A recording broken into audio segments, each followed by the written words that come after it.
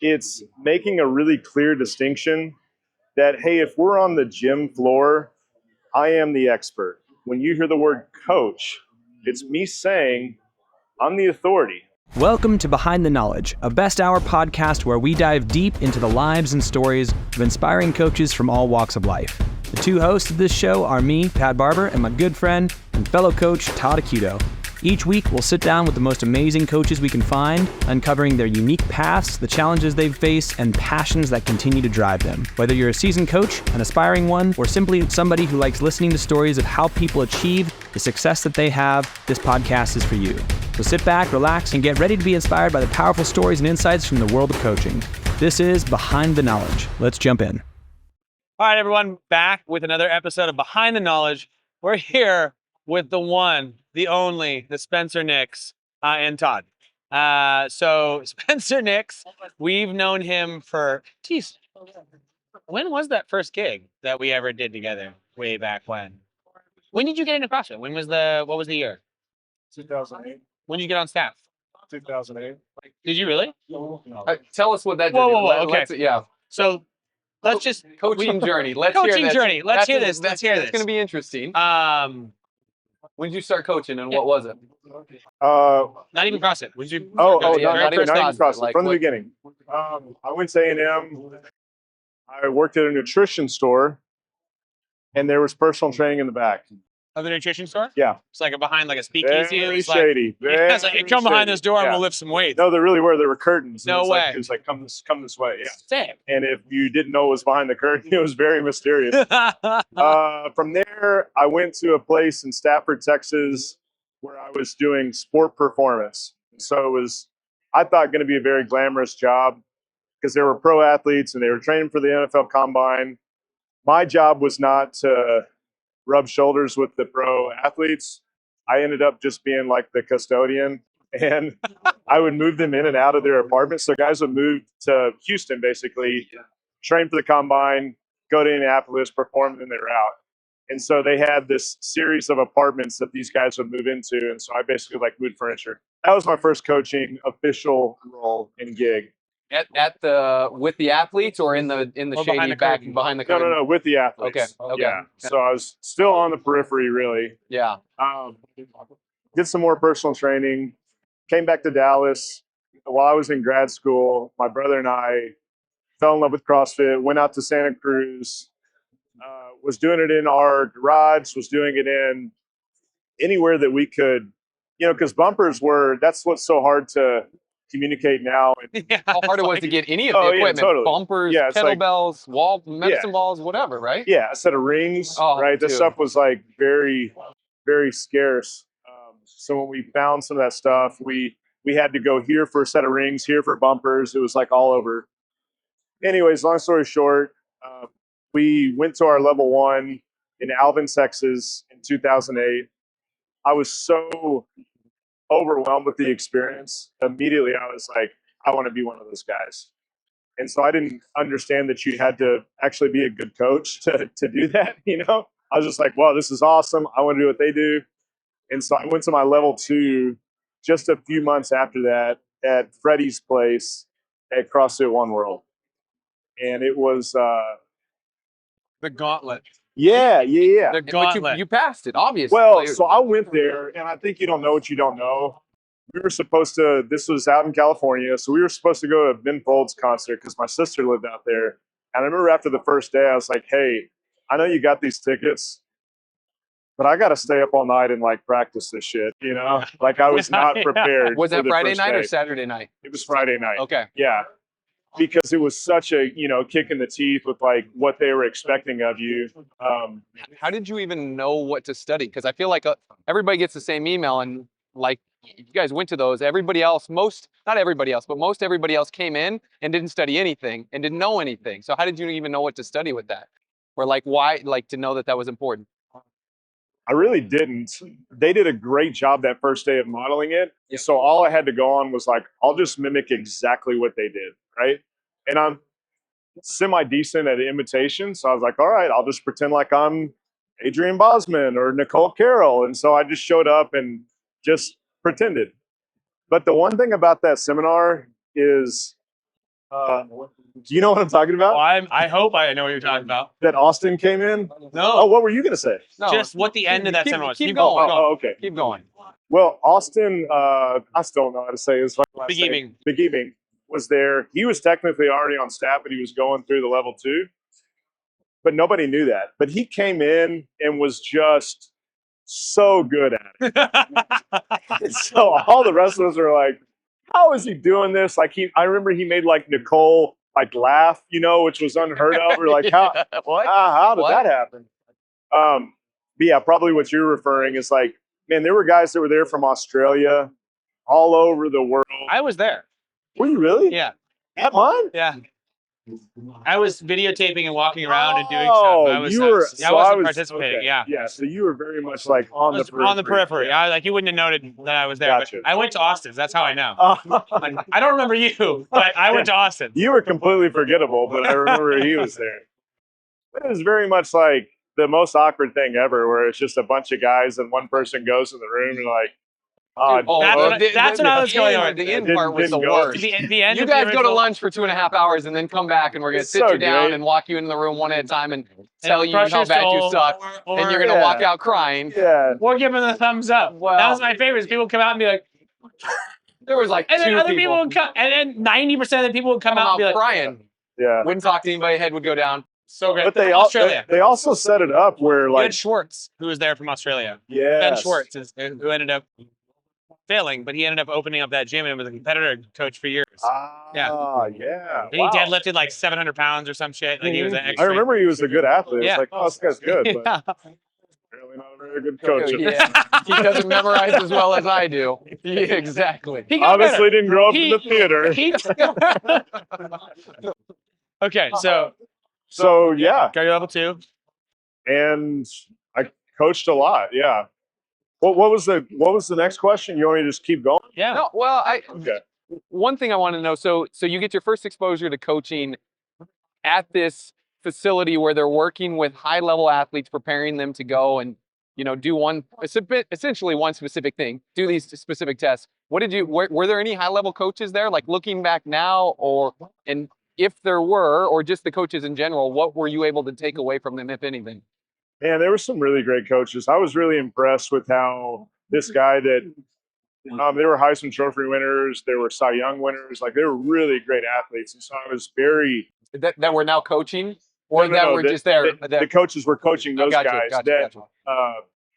And these guys that were very high level athletes were very responsive to the coaching. And I think I was so insecure with my own coaching that was very impressive to me. And so, coming in with a level of confidence, going in with a level of care for that person, learning that from those guys was something I still think about a lot to this day. And they were also really hard on me. And I think in this soft culture, like I remember going in and, here's a detail. I wanted to work there so bad that I just showed up and I was like, you don't have to pay me. Just don't kick me out. Like, I just want to be here. Whatever I can do to help. They were like, all right, we'll see about that.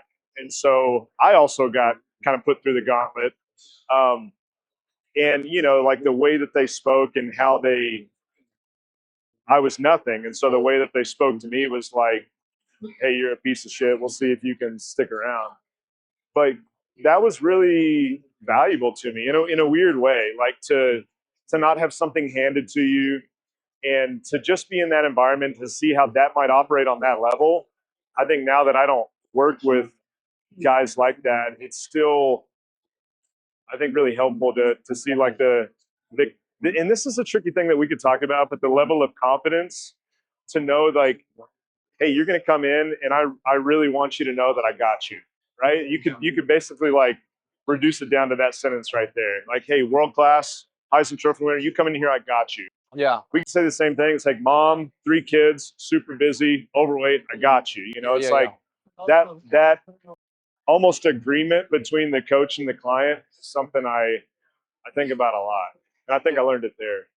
And that had to have been one of the things that helped you pass the level 2, beyond like memorizing things, to be able to display the confidence in that environment, right? Because if you were just trying to memorize and learn things and watch on day 1 and then go apply that on day 2, you could apply it, but if you're insecure and your voice is cracking when you're saying it and you can't do it with authority, like you had to have been able to take some of that and like fake it till you make it to some I was degree. gonna say it sounds more like in this scenario it was a fake it till you make it. Well, right, but he sees that as the example of like, hey, a good coach has this kind of confidence. So whether I have it or not, here's what that looks like, or here's what I saw that look like. Was that part of it, or? I think for sure. Also, I have a little bit of like, hey, I know this is a game going on. Like even in the sport performance, it's like, all right, like I'll play the game. In the back of my mind, it's like, well, I know this is just a game. And I felt like that at the level too. It's like, okay, you want me to stand here and do this thing. It's like, I'll use do this that. progression. Yeah, I'll do that. I can go through those steps. But I think that game of pretend as a coach is really important at some point. It's like you have to go through that, and you have to be like, well, I'm not this, but yeah, I'm gonna act like I am. Because that's how you learn it, right? I'm going to copy I think somebody so. else and pretend I know what I'm talking about, just reciting whatever they said. I think And then so. hopefully sooner or later I figure out what that actually means when I say it Yeah. and how people respond to that, right? Yeah. And we talked about this on the last episode that we talked about with Bill. We had Bill on. Oh, and cool. I had recently heard this guy who's a communications guy talk about kind of 4 levels of communication. I thought you'd appreciate this, is why I'm bringing it back up. And I flubbed it in the last one. Essentially, it's like what you say, how you say it, what they heard, and then your confidence as who you are. So it's like the confidence as the underlying thing is the depth of it is like when you're first starting, you just kind of have the what you say part, and then you can start to affect how you say it, which will then change how it's heard. But then like you have to have the true confidence below to know that, hey, I've got you, which is what you were talking about before. Like whether it be a Heisman Trophy winner or a mom of 4, like if you're confident as at the core of what you are as a coach, the I got you is there. And it's like anyone who walks through the door, you can be like, I got you. But that comes with experience. So initially you just gotta like, what works? I saw a guy do this. I'm gonna try to mimic that. I'm gonna wave the hand here. And if I can do that well, you actually end up being quite capable and do a good job. But to take it to the next level, it has to be unpacking those other layers. You nailed it. All right. Did I nail it this Whatever time? you messed up with. Well, Yeah, you really crushed crushed it. Really crushed You're it. doing awesome. Thank you so much. Well, you know, got you. some people like to build others up, Todd. Some You see people how like to that tear 'em feels? down. Some You people see like how to tear that 'em down. feels? Yeah. Okay. All right. So you pass your level 2. You start coaching a lot. You've opened your affiliate at this point. Yeah. Yeah. So we opened in 08. Had the level 2 experience, and then as I'm sure you guys did, they were like, hey, if basically what they told me is if we're ever in your area, maybe we'll reach out and be like, oh, sick. And they did. And I had a series of, I guess, like basically internships, where I would just show up and do whatever it is that they asked me to from the seminar standpoint. And then, yeah, at the same time, like we were in there all day, every day at our affiliate, and that time was like so sweet and precious because it felt like all the stuff that we were given were like these new combinations. And, it was like we were scientists and labs codes. It's like, what if we do this? What if we put a squat clean with the thruster? What if we did a box jump with the burpee? And it was stuff that, like, at the time, it was like that was pretty cutting edge. Yeah.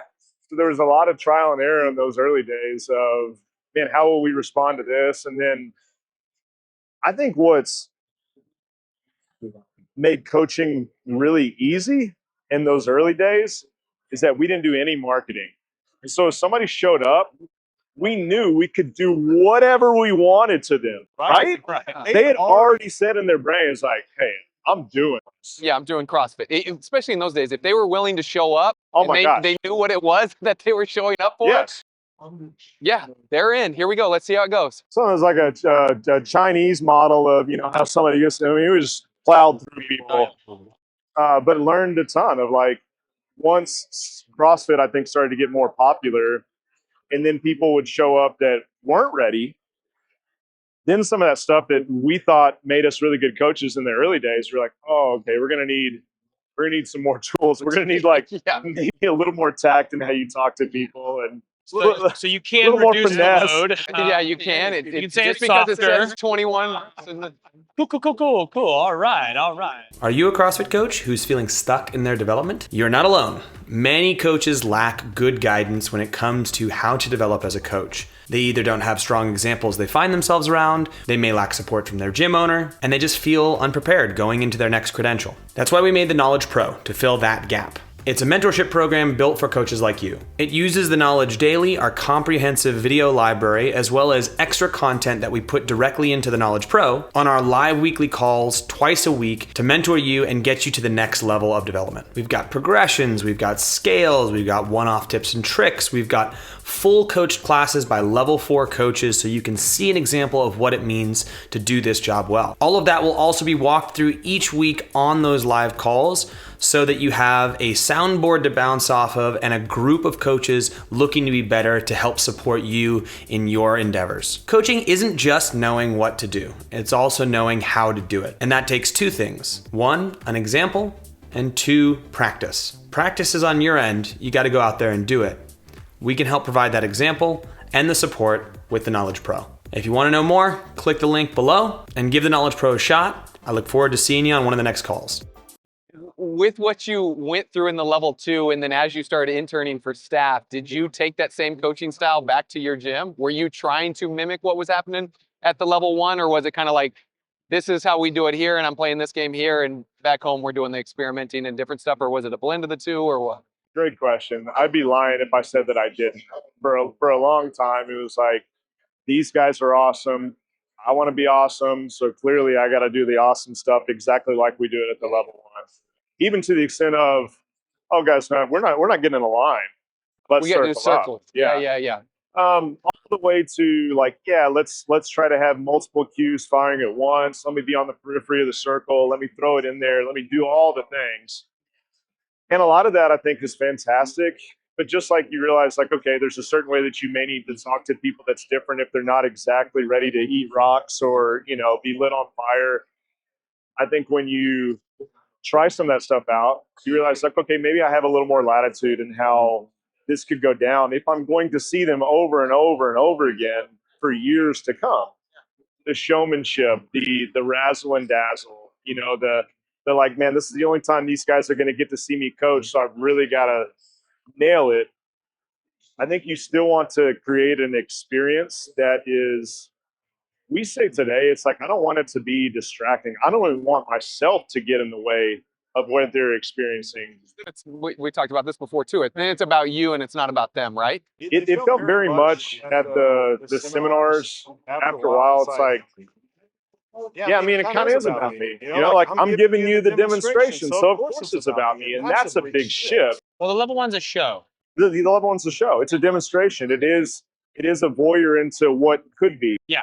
And so I think, like, at some point we all figure out, like, okay, these are great tools. What does it look like to use those tools for 750 days versus, like, one day?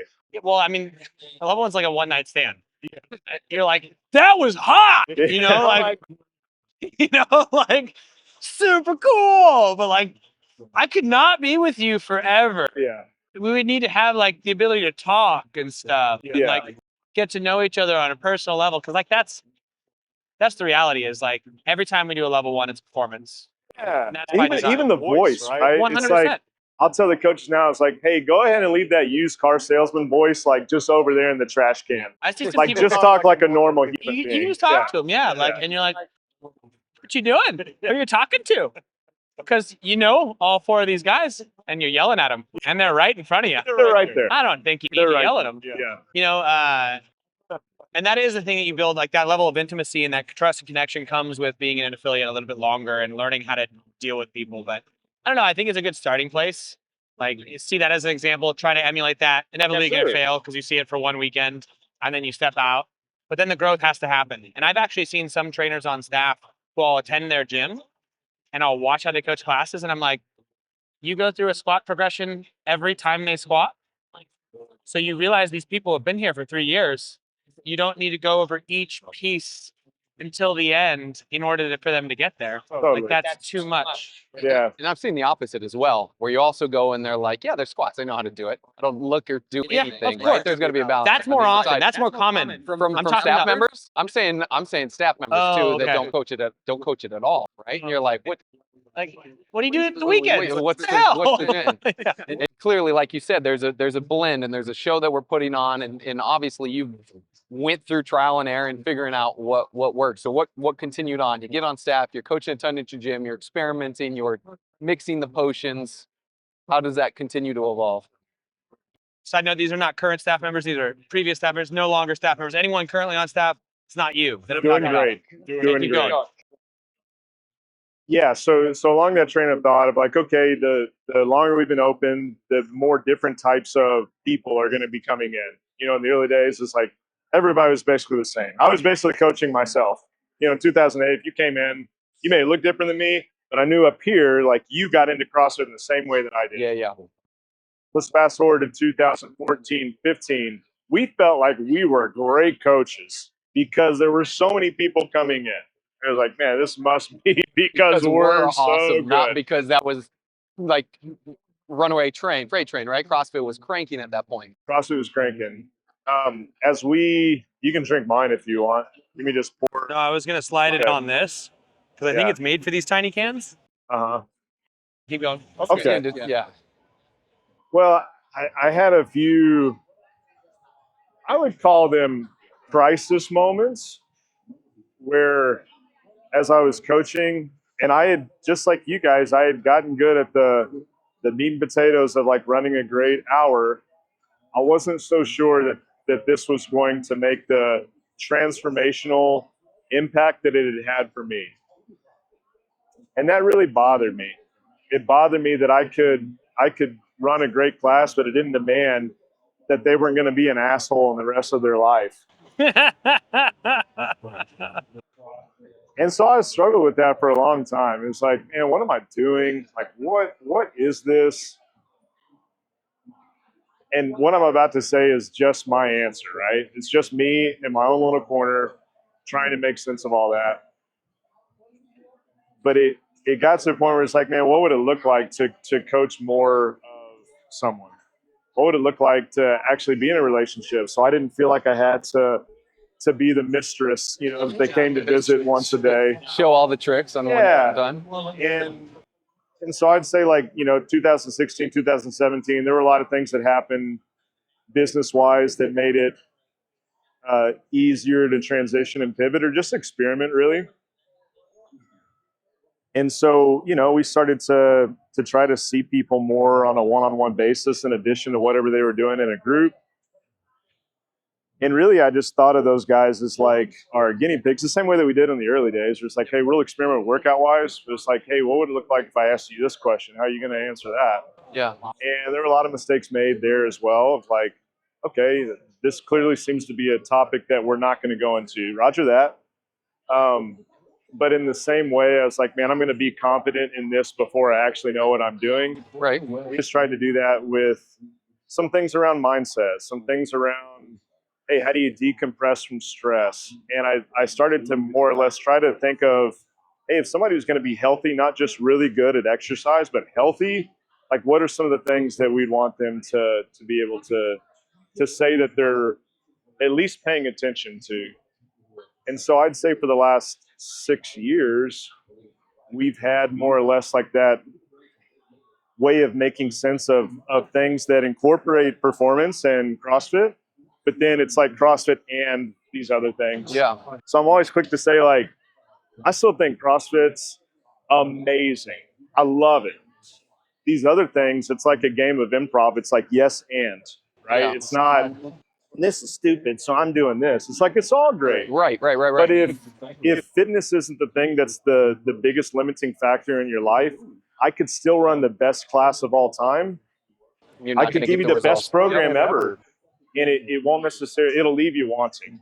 So, you know, I don't really claim to have figured much out, but I'm good at remixing. I'm good at imitating these different things in different realms.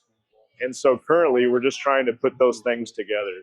Yeah. So have you seen what he's doing with the VPR Institute? Yeah, I've seen okay. seen some stuff there. So I'd be curious to know what does coaching look like for you now and for your staff, people at your place. So we still have gym side, Yep.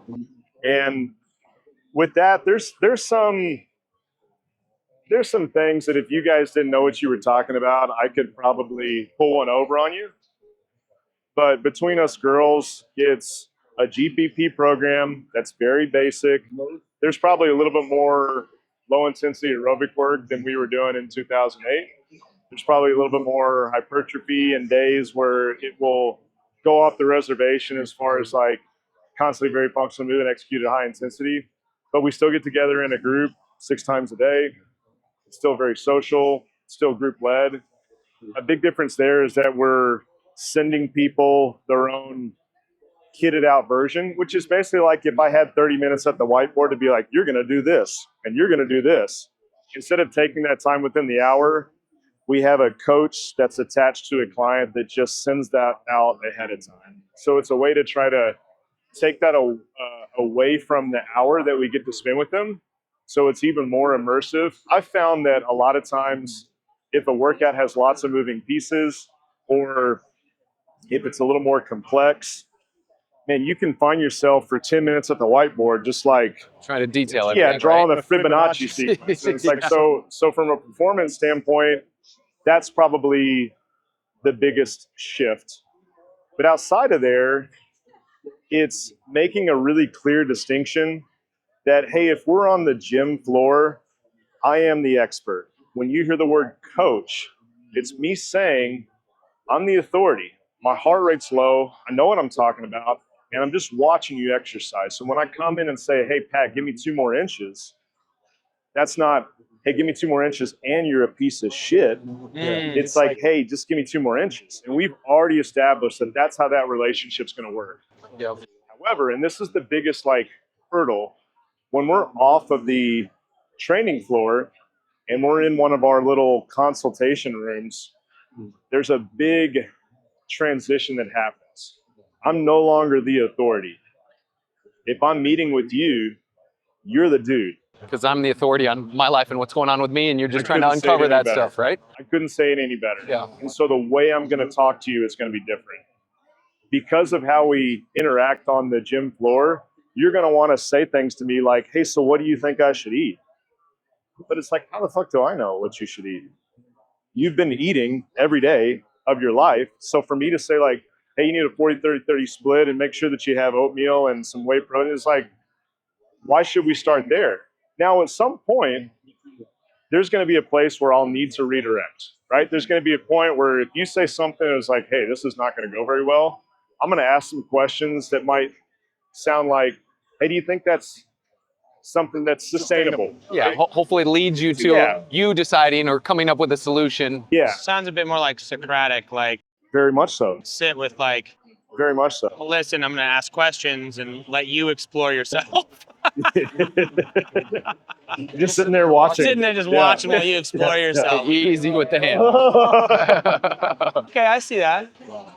Okay, and you do that as part of your sessions?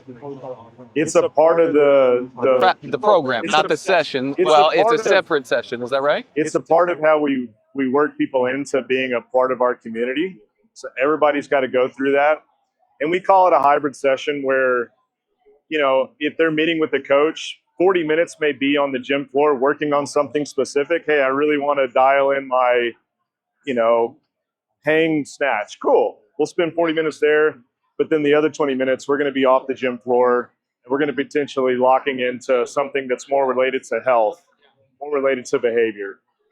So it's really like these two roles that we're just trying to juggle back and forth. And it feels a little kitschy sometimes when I describe it. It's like, okay, so, you know, you're like putting on different hats. It's like, well, it's just so weird to combine those for some people that you just got to almost over communicate. Like, here we go. Don't ask me what to do. I'm going to ask you. And they're like, okay, got it. I'd be curious to know what's the skill set overlap like that you've seen in coaching in general. So not only from what you saw with the coaches dealing with the high level athletes to when you were on staff and hardcore at your affiliate coaching just CrossFit, and now coaching this direction and putting on different hats. But as you kind of alluded to, that it's not necessarily that different, right? Yeah. I think that there's a big reluctancy for most of us to like, whoa, so this is psychology. Like I've got to be an expert in this. It's like, not really. Not really. Now, if I was a licensed therapist, I would, right? If I was Bill, yeah, absolutely. Like I'm gonna recommend you have the psilocybin treatment. Or I'm gonna say like, hey, this would really go well for you if you did this. But in this role, you're not the expert. So you do need some cursory level knowledge of a few different subjects, and you need to know how to ask good questions. You need to know how to hold people accountable. You need to know how to set very simple goals. You need to know what happens when somebody fails. And then you need to know what to do if somebody says, I do want to do this, let's go, and then they still don't do it. Which happens every once in a while, right? Yeah. And even Every once in a while, Every all the once in a while, time. yes. and even they don't really understand that. It's like, yeah, I did say I would do that, and I didn't do it. I think there's some protocol that you need there. So the good news is that all of that is not as mystical or as mysterious as you think. There's ways to just learn, and the same way that Coach was so great at being like, hey, I think these are 10 general physical skills, or it's like, hey, what about this as the pathways? It's just coming up with some framework that makes sense and be like, well, just start here. And so, Are you enjoying it? dude, can you tell that I just like love it? I think that I was getting burnout. And I think this is a way for me personally to like fall back in love. And in a way, I think this is what I was trying to do from the beginning.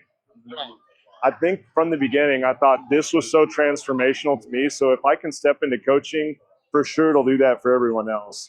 And this feels like kind of coming full circle back to, man, I'm still not in control. I still can't demand that this is going to be awesome for you.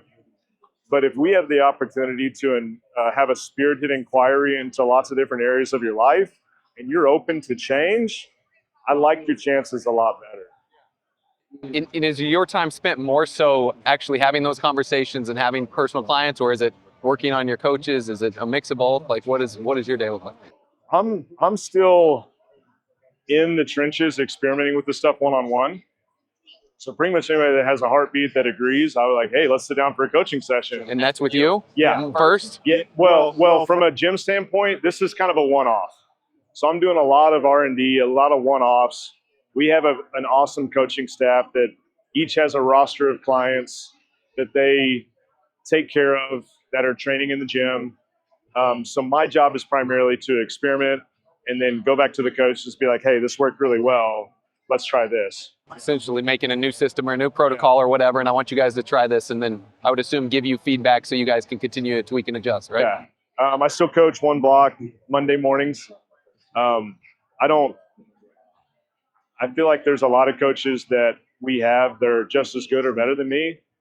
So I do wrestle with that. I was like, man, I'm kind of just holding on to this very selfishly because I just want to keep doing it. People still get a lot out Well, of it. if it's your gym and it's your That's right. thing, I like, do whatever the hell I want. You do whatever you want, but there's also something to be said by leading by example, right? Also being the different person voices. that's still doing it. Different voices for your Yeah, members. all that kind of stuff.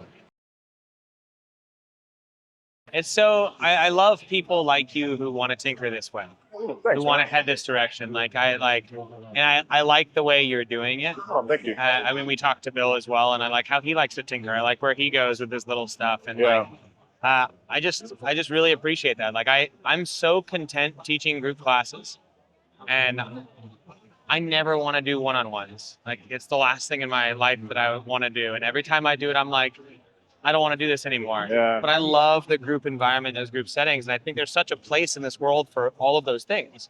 Because there's people who are never going to be, no matter how good of a coach I am, they're not going to fit my thing, and I'm not going to give them what they need. Yeah. And they need someone like you. They need That's someone why it's who important cares. to have And the different options, right? They need someone who's going to go to a place, and arguably you could say that if you could scale yours to everyone, it might even be better. Just because you can have that level of depth and connection. Yeah. To me, it sounds like what you're offering that would be really expensive. Do you mind if I ask, that's such an investment on your time. Yeah.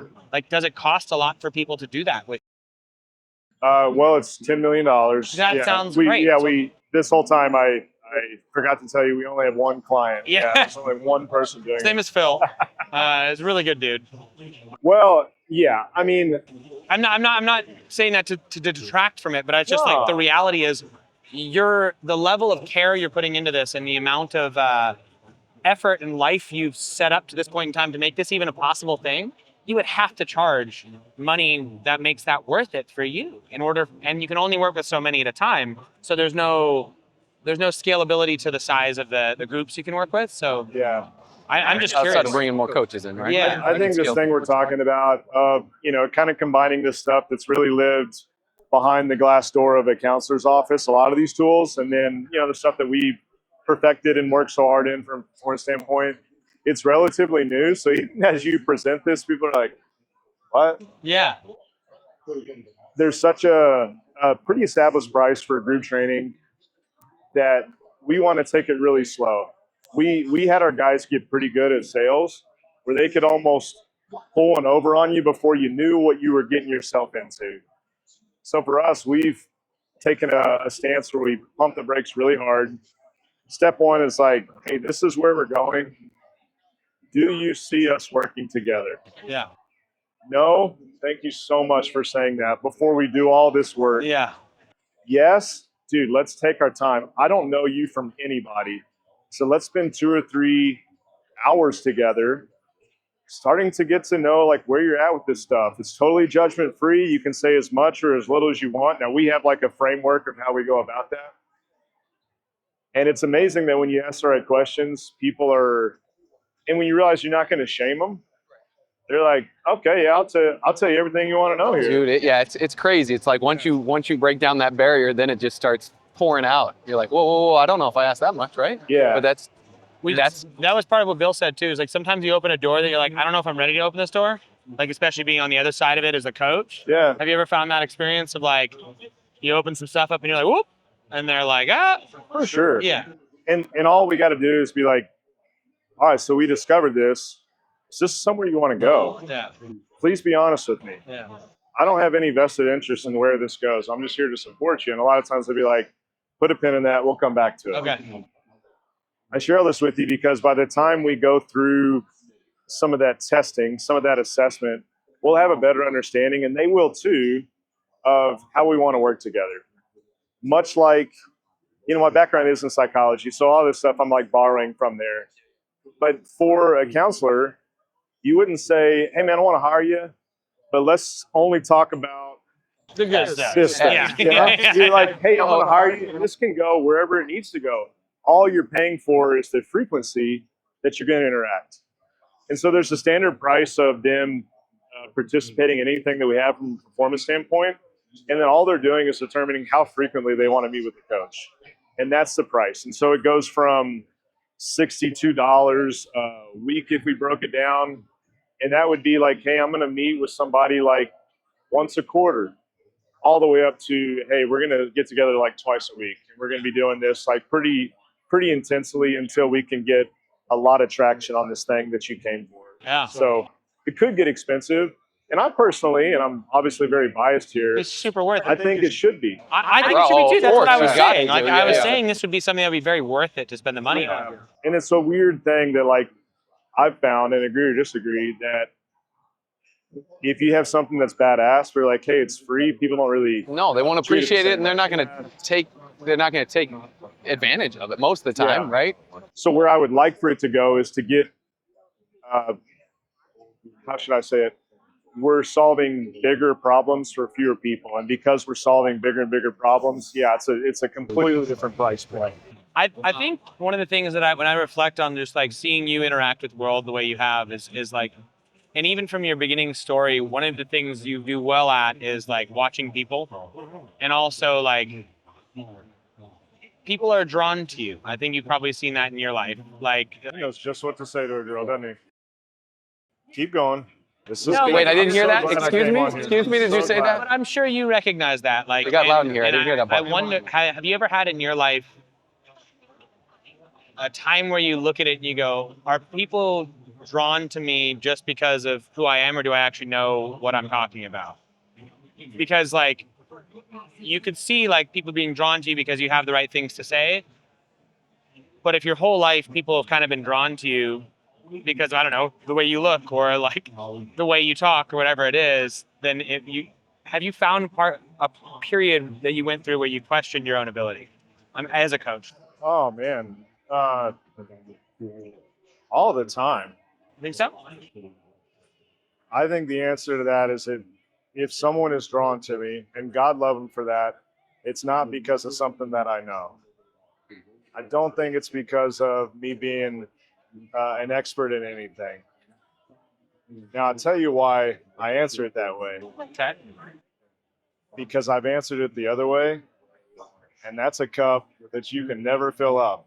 Because it's to say, well, I need to keep learning and I need to keep doing more, and only until I'm an expert will I really be able to connect with these people. And that, for me, has been somebody that already struggles with self-esteem and self-worth. Like that was for years. And even a business owner where it's like nobody's really telling you that you're doing good enough often. It was like it turned into nothing was good enough. And so whether that's the answer in reality or not, it's definitely the answer I would like to believe is. I like it. Well, that's the answer that gives you the ability to, if they're drawn to me, whether I have what you need or not, I'm going to figure it out. And back to that same sentiment of I've got you, right? Yeah. If you trust me, I've got you. And even if I find that probably what you need isn't what I have, I'm not just going to fake it. I'm going to go figure out what it is and provide something new. And I think that also goes back to the point of the tinkering and the continuing to find what actually works the best, as opposed to just sticking with a thing that deep down didn't feel right. Yeah. Yeah, and I think like us as humans can feel when someone's there not just to solve problems, but there just to be along for the ride. That feels different. Solving problems is to say there's something wrong with you and we need to fix it.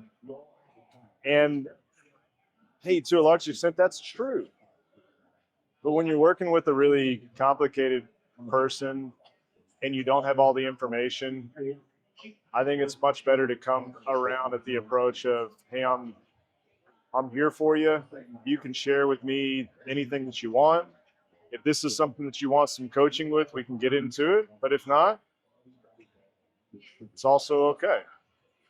That's a very different mindset than the execution and the points performance that I came up being like, man, if I can just nail this, I'll feel really good about myself. I do like the fact that you use the physical side of it as like a foundation to some degree. Yeah. You probably had the conversation earlier than most people do around like, we also have this and it's here. But that physical side of it is so cool as like, cause you're so good at it. So, and you created a space where that can happen. And there are so many walls that get broken down through that space. Couldn't agree more. Uh, I have it means so much to me that I'm not willing. So there's a national governing board of health and wellness coaches. Do you know this?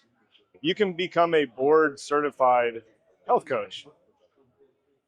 But they say that exercise is outside of their scope of practice. which is wild. It's wild. Health and wellness, we don't touch exercise. Yeah. And you're like, pardon? Yeah. That should be the foundation. Totally. So for me, it's like, man, I'm not willing to just throw all that stuff away that's made an impact on me, that I've seen made an impact on thousands of people. I think there's other cogs in the wheel, but I think that one's like a huge one. Like fitness is a huge one. And I could, quote 10 people that are way smarter than me that have nothing to do with exercise that would also say the same thing. So I think to like turn our back on that, or to be like, okay, well, let's just put it in as, like one tiny little thing. It just sounds stupid. I mean, but you think about all the rhetoric right now, like all the people who are famous and up and coming in the like health and wellness space, almost all of them are pointing back to fitness. Yeah. Like it's becoming much more commonly understood that fitness and being active is like very essential to our well-being as a human. Yeah. And when you say it, it sounds like so obvious, but they're like, you know what? Maybe regular activity would improve like signs of depression and anxiety. What? This doesn't Mental make- state. That's funny. This doesn't make any sense. It should be hard too and difficult to some degree. This makes no sense. Like, yeah. Well, cool. Where can people find you? I want to know. Where can they get a hold of you? Can they learn your stuff? Can they go learn to do what you do, or do they have to come be a coach at your gym? Like, what? Well, for this weekend, I'll just be at the horse barn. Yeah. Next door, just Getting after it. wrangling. No, I mean, this is in Fort Worth where we are today. We're 50 minutes from here. We have a bricks and mortar location. It is called Behavior and Performance Research. Did that look like a cool unveiling? Yeah, big time. Almost Big like time. I'm into. Okay, good. Man, we're doing the social stuff. So everything is bpr.institute. So there's something on YouTube. We have a website. That's pretty interesting. And I've been very reclusive and dormant on social media until the last 18 months. And so I am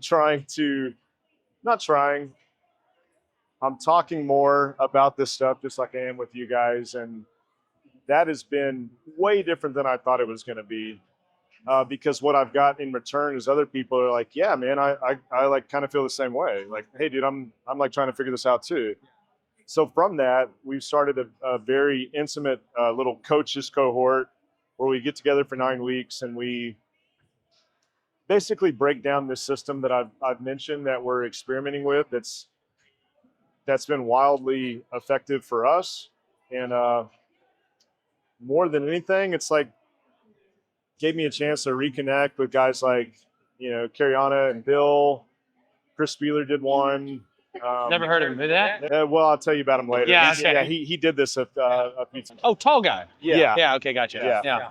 Kind of Really really super asshole. Yeah. Major asshole. Yeah. Super tall. Really hairy. Yeah. That's the guy. Okay. Gotcha. Anyways, there's a number of ways that we could interact if one so Chooses. chose. Hell yeah. Well, thank you for coming on and chatting, man. Dude, Nice. Thank you. yeah. Good catching up, man. It's What been a minute. do we go like this at the